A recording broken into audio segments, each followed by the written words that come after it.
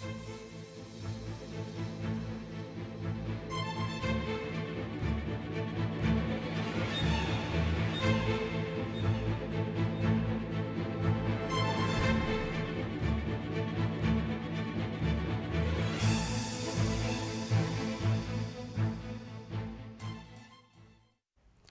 evening, dear viewers, and welcome to the Radio Television of Djibouti. This is the special election news.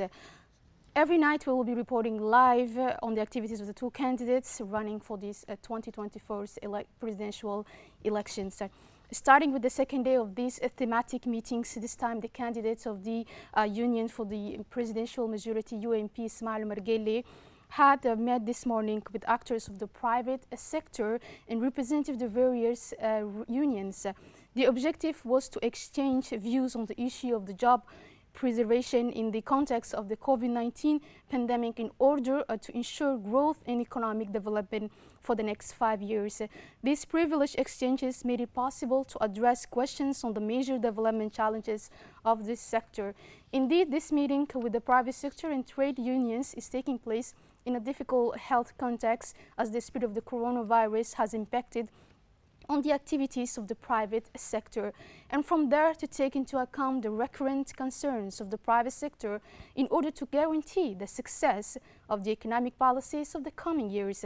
In this way, to make recommendations and explore together the appropriate measures for the preservation of employment in the difficult economic context linked to the coronavirus pandemic. This dialogue between the state and the private sector mobilizes the authorities and businessmen every year who together seek solutions to remove the obstacles to the economic and social emergence of the country.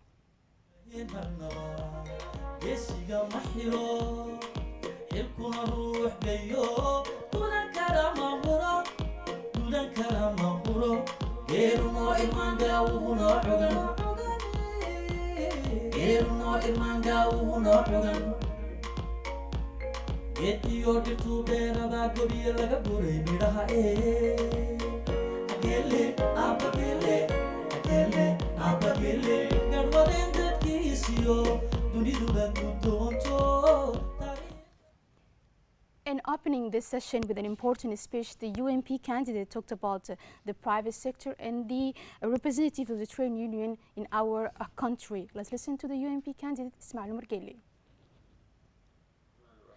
Je suis très heureux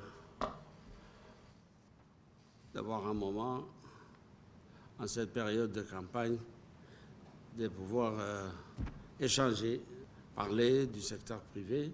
I am very happy to have a moment in this campaign period to be able to exchange, to talk about the private sector and trade unionism and trade unions in our country. All this for the socio-economic development of our country. As a preamble to our meeting today, I would like to remind you of the role of a state or the public authorities. It is to accompany, to offer solutions to the needs expressed by economic entities through the level of regulations of the business climate, legal framework and procedures, and access to credit, the creations of economic opportunities, infrastructure, identification, organizations of growth sectors through taxation. The state is a facilitator. It is not intended to restrict the private sector, quite the contrary. The development of the private sector is the guarantee of an economic fabric that will contribute to the economic dynamism of our country, to growth, development, and job creation, in short, to the creations of national wealth. It is therefore essential to organize the dialogue and make it permanent. What I hope and expect to see is daring Djiboutian companies that take innovative risks and above all are good citizens. Our company must know how to grow, have a development plan. We have economic relation between them through mergers and interest grouping. I see that things are moving a little in this area, but we need to go further. The investment codes have been reformed to support and protect your investments. As for our taxation, it is far from perfect, but it remains by far the largest sources of revenue for the state to finance public investment, infrastructure, public services such as schools, university, health, solidarity, taxation, finance, social cohesion. Taxation is not intended to impoverish companies. It must not impoverish the state. So everything must be in line and discussions must be opened on this subject. For the second part of his speech, the UMP candidate said that with the measures of their means, but also with responsibility, they are committed to mitigating the economic and social work. Here are his remarks. Les efforts qui ont été consentis lors de la crise du Covid en 2020 ont pu montrer la sincère préoccupation de l'État quant à l'impact de la pandémie sur notre tissu économique. Nous avons, dans la mesure de nos moyens, mais avec responsabilité, pris des engagements. The efforts that were made during the COVID crisis in 2020 demonstrate the state's sincere concern about the impact of the pandemic on our economic fabric. We have the measure of our means, but with responsibilities we are committed to mitigating the economic and social shock. This pandemic remains as worrying as ever. We will return to monitoring the situations and act accordingly, both to preserve the health of our fellow citizens by winning the vaccination marathon, but also the health of our economy. You have seen our resilience. I want to protect our growth performance by supporting, as part of my candidacy for a new mandate, a program oriented toward the diversification of our economy. I would like our growth and development model to take into account these triple of diversification, inclusion, and sustainability. I want Djibouti to be part of the new economy. I want our territories to express our new ambition by participating in the national work through their uniqueness and wealth through the development of light industrialization, investment in the blue economy, and agropastoralism. I would like to transform our community of destiny into the community of projects. We have structured a formidable investment vehicle, the Sovereign Wealth Fund of Djibouti, to finance projects that structure the economy. This fund is also there to help our companies in their ambition. I would like to see you compete, not just in Djibouti. I would like to see you conquer Africa. The dynamism I am looking for is inclusive. I am thinking of the workers who are the linchpin of this development and constitute the primary capital of our companies and our nation. The social responsibilities of labor is borne by boss your world. There must not be the bosses of one side and the precarious workers on the other side. Wealth is commonly created by the genius of our entrepreneurs and the sap of the worker. We are fortunate in our country to have a social system that is at peace, that works well together, and that ensuring the rights of and duty of everyone. The pandemic has highlighted the great vulnerability of the informal sector. I was keen to propose solutions for them in my programs within the framework of extending social coverage for the category of self-employed workers, whose regime we will bring into the line with the general regime. Finally, what kind people will be if we do not take care of our elders, those who have participated in the constructions of our country? I wanted to help those whose purchasing power has weakened out of our eternal gratitude. I have provided for the indexations of the small pensions to inflation. We will also make them eligible for the social safety net programs run by the Ministry of Solidarity. Thank you for your attention. And during the exchange, the participants have taken the floor. In terms of health, they said the control of the spread of the disease has allowed economic activities to return to near normal of the disease, as well as in certain sectors, with the exception of tourism. Even if in view of latest figures, caution is called for, this sector has also been supported within the framework to the action plan to support the private sector. In fact, in part of the wage bill of companies in difficulty, he said, has been covered by the state budget. So the question for the private sector is whether other measures are emphasized, such as greater support for the partial guarantee fund for the financing of economic activities. Also, a second person has congratulated the UMP candidate for his tireless efforts and said that we pray God to facilitate for you. Indeed, we still got work to do, and even though the youth has taken the role to raise their voice, but we are following their footsteps, she said. All the mothers, entrepreneurs are by your side and support you, she said. As for the third person, said that she is taking advantage of this occasion to represent culture. Said that culture is also part of the economy. It makes the economy work when we look at other countries in the world.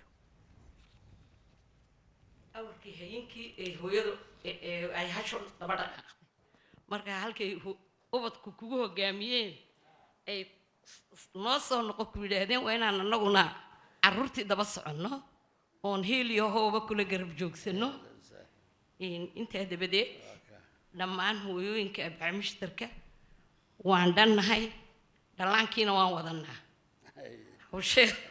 hawsheeduna aad bay u fiican tahay waana ku talagalay.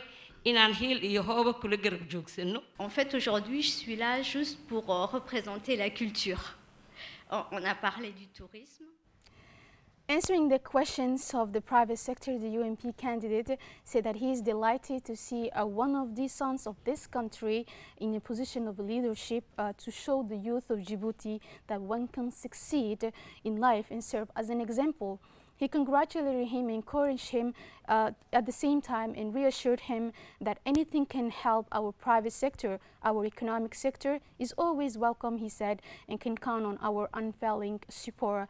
He also thanked women entrepreneurs for their support, and from our side, we will carry out all that is within our capacity, has said the UMP candidate. He also talked about the importance of the culture for our people and for our country, and to have a debate on this issue.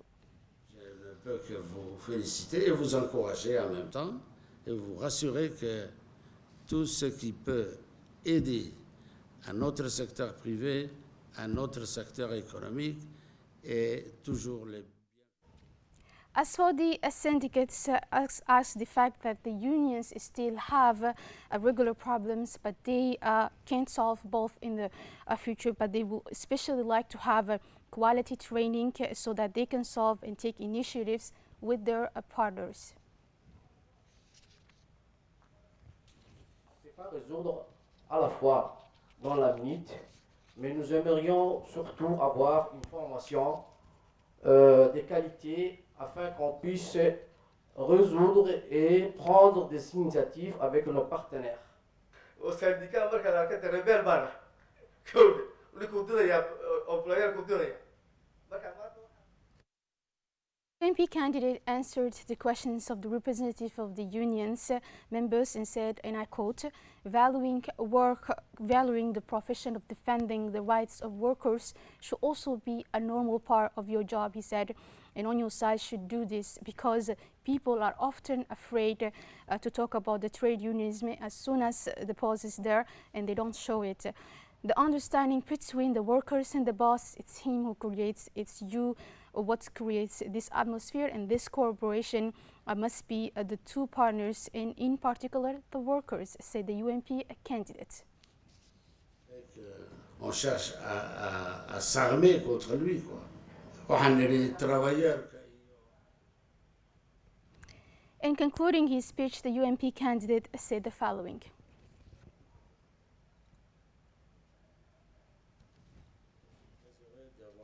Cet entretien avec vous, cet échange avec vous. Pour la fin, je dirais que I am very happy to have had this exchange with you. To conclude, I would say that I am your candidate. Inshallah, God willing, if we go in the same direction is for the future of our country. Our youth, who is at the origin of my candidacy, as you know, and you can count on me in cases of victory to accompany you in the development of businesses in the path toward a modern Djibouti, effective, prosperous, in peace, God willing. The meetings continued today after the region of Tujara and Obok was around the third, the meeting of Belbela near the Great Mosque of Salama. A meeting brought together a crowd of mostly young people and women who came to acclaim their candidate for their upcoming presidential elections 2024. Upon his arrival, the UNP candidate Ismail Mergele with his staff, always accompanied by the First Lady Khadra Mohammed Haid,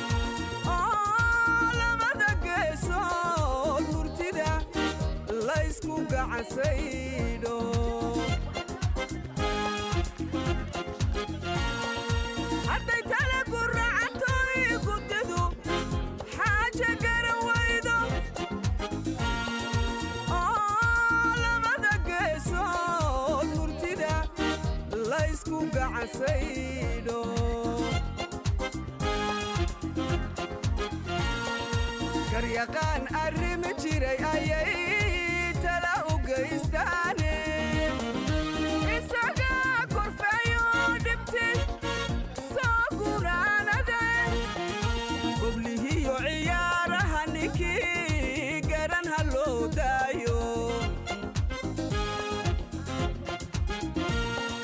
garyaqaan arrimi jiray ayay tala u geystaane isaga korfeeyo dhibti soo gunaanade goblihiyo ciyaaraha ninkii garan ha loo daayo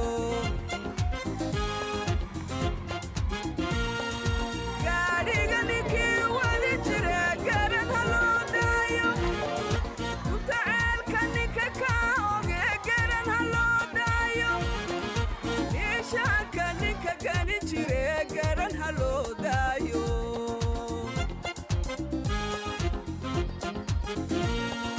gaadhiga ninkii wadi jira garan ha loo daayo utaceelka ninka ka oge garan ha loo daayo ishaanka ninka gani jire garan ha loo daayo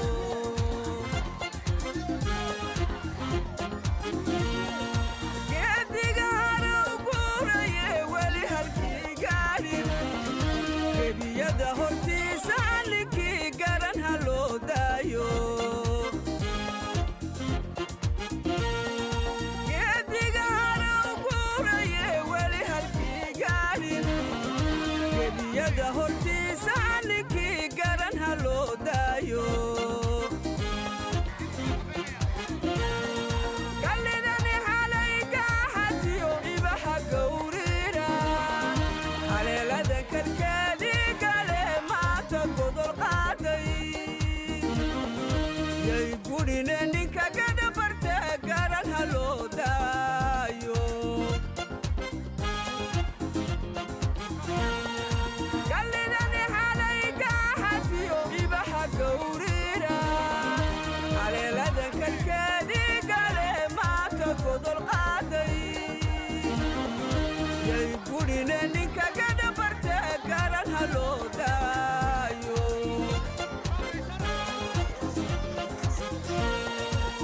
ilaalku waagu gale goraya eedaaday eegeelu gaajiyo haraad gobola weydoobay xagaagii gomdaha soo dhigtee gibisha soo qaatay shawaynta ninka uga gurmaday sow la garan maayo taariikhda meeshuu ka galay sow la garan maayo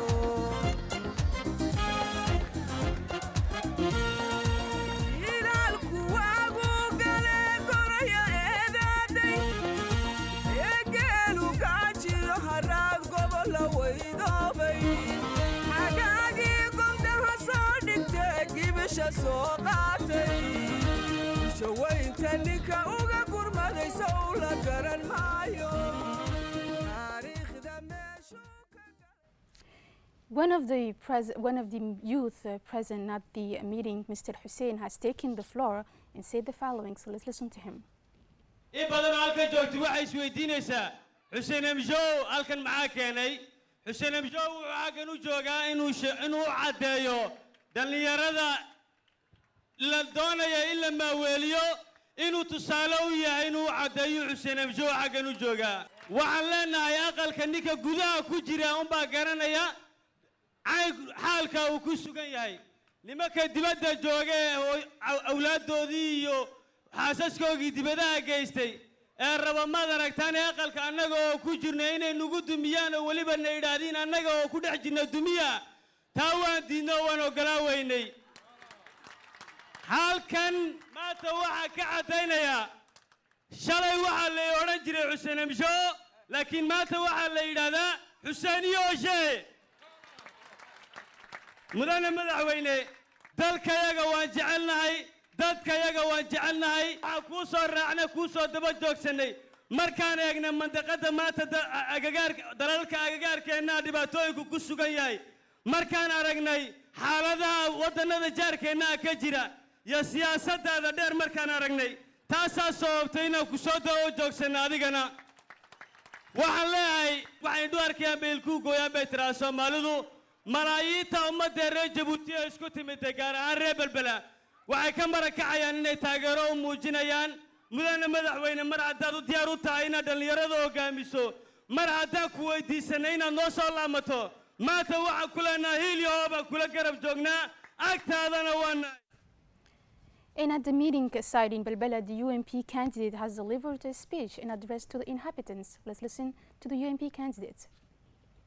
aad baan idinku mahadnaqayaa wakhtigan dheer eed u fadhideen ee ii sugayseen aad baan idinku mahadnaqayaa walaalnimada aad ii muujinaysaan aad baan idinku mahadnaqayaa sida aad heegan ugu tihiin waddankiinna aad baan idinku mahadnaqayaa guusha inaad keeni doonto waa idinkii ii yeedhay walaalayaal dhallinay waa idinkii ila hadlay aniguna in yar dabadeed waxaan doonaa aan qaba ee waxaan idhi waa yahay baaqaa meedaanka ka yimid ee marka laga tago waxaa lagu muujinayaa baaqaasi lagu adkaynaya waxa weeyaan codbixinta inaan magaalada jabuuti hadalkeeda ama maxaan ku idhaahdaaye abaabulkeeda inaan ka bilowno belbela belbela degmo ma aha degmo way dhaaftay waa magaalo magaaladuna waa kolka ay kaabayaashu ku dhan yihiin kolka aad xaafad kale ama magaalo kale ama dal kale aanad wax uga doonanin inaad xaggaaga ka hesho iskuul ka hesho dakhtar ka hesho waddo ka hesho kooraan ka hesho waxaasoo dhani kolka ay ku dhan yihiin ayaa la bilaabi karaa in la yidhaahdo waa magaalo waxa aan soo gaadhsiinay haddii la yidhaahdo maca taageeradiinna garab jooggiinna daljacaylkiinna iyo rabitaankiinna markaan isku daro waxa aan gaadhnay inaan saraha aan dhisno waxa aan gaadhnay magaalada belbela xaafad bay ahayd tuulo yar bay ahayd dhowr aqaloo qura hataa jiray waa taa intaa leekaatay waa taa magaalo buuxda noqotay waa taa waddooyinkeedii kooraankeedii biyaheedii wixii carruurtoodu u baahnaayeen oo dhammaanteed laga heli karo ninkii indhaha iska qabanaya isaga ay jirtaa waxa aan damacsannahay inaan weliba tayada sii kordhinno waxa aan ku talagalnay inaan halkan waxay ka dhisan saddexdeed ama afarteed aan gaadhsiinno inta hadhay waxa aan damacsannahay inay nin kastiba wiil iyo gabadh inay wixii saami ay ku leeyihiin waddanka dalkooga inay ka helaan ayagoonan cidna baryin qolana doondoonin waddaninimada ka weyn qabiilka waddaninimada ayaa ka weyn daljacaylka ayaa ka weyn ilaahay isku xidhkiisa ayaa ka weyn. And for the second part of his speech, the UNP candidate Ismail Margele said the following, and listen to his remarks. waxaan jecelnahay inay dadkeennu iimaankoogu ilaahay u adkeeyo waxaan jecelnahay in sabirkoogu oo sidii uu ahaan jiray uu ahaado waxaan jecelnahay inaan faqriga aan ka baxno waxaan jecelnahay inaan dalkeennu kuwa ugu horeeya uu joogaa maanta Afrika in uu ka labaad kolka Liibiya laga reebana ka koowaad inuu yahay kobaca dhaqaale ee adduunka anigu hadalkan malihi waxaa leh dadkii loo igmaday ee adduunka ayaa sheegaya ururadii hadday tahay baanka Afrika hadday tahay baanka dunida intuba way qirayaan inaan dhibaatooyinka dabiiciga ah ee ilaahay ama kuleel ha ahaato ama roob la'aan ha ahaato ama macdan la'aan ha ahaato kolka laga reebo in annagu dadaalkeenna sabrigeenna mitidkeenna aan ku gaadhnay inaan safka hore aan soo joogsanno xagga kobcinta dhaqaalaha taana idinkaa leh guushaa idinkaa leh inaan tallaabadeenna iyo tallaabadeennu ay isla socdaan waddanku kama maarmo cirsanka yeedh looma baahno been iyo balaayo iyo fitnadna looma baahno waad ka adag tihiin waan ka wada adagna waxba nama yeeli karaan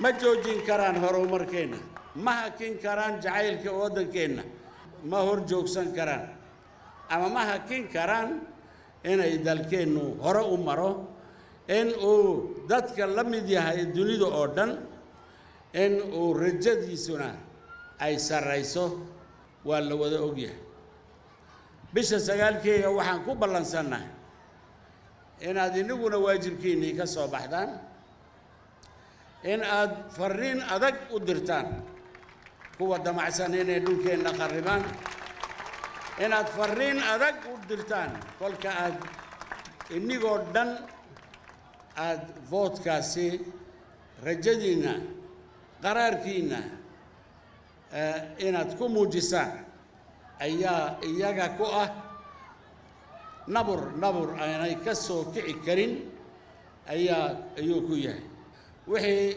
hiil iyo walaalnimo dadka naga mida ee hayntoodu yar tahayna waxa aan soo samaynay wax ka badan baan samayn doonaa maxaa yeelay baahidu ma dhammaato laakiin kalgacalku annaga wuu nagu jiraa waanan ilaashannaa maxaa yeelay haddii aanad ummaddaada kalgacal u haynin horumarna ma jiro shaqana ma jirto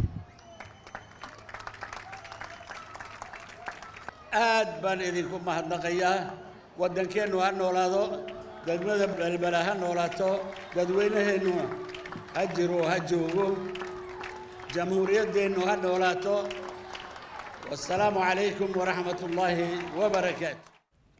That was the speech of the UNP candidate Ismail Omar Gille. Now moving on to the interior regions where meetings took place in Dikhil. The coordination of the UNP coalition of Dikhil met with the elders of the city of Dikhil in their own local to collect and ensure of the renewal of their confidence and unwavering support to the favorite candidate of the UNP. And secondly, they began the interactive discussions in the large room.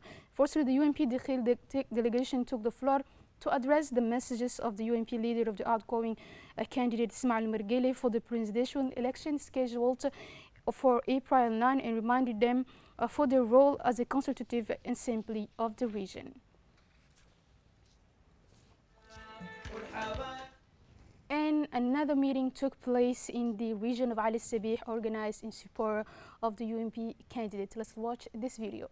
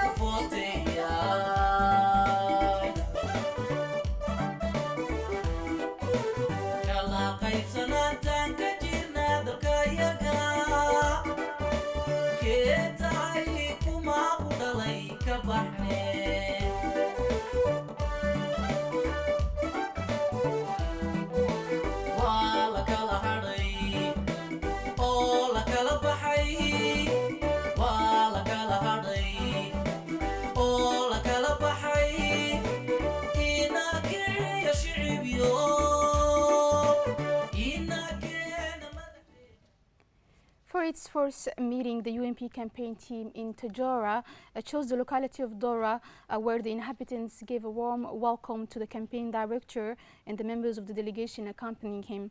The crowd of men, women and young people formed an enthusiastic and cheerful guard of honor, chanting the name of their favorite EOG throughout this memorable meeting. This meeting, with a festive atmosphere and a vibrant atmosphere, was a meeting of great communion between the population of Dora and the spokesperson of the youth candidate Ismail Mergeli, who called for a massive vote on April 9.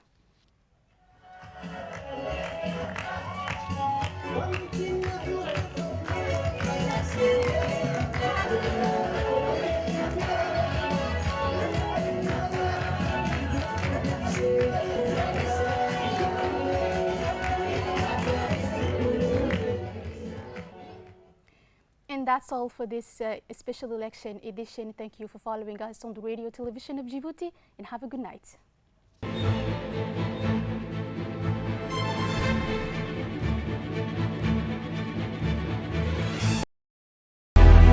dal kasta ood aragtaanba dad uunbaa ku abuuran doorashay ku dhisaan maamulkii ay rabaan dimuqraadiyadda codsanaysa dastuurkeena Jabuuti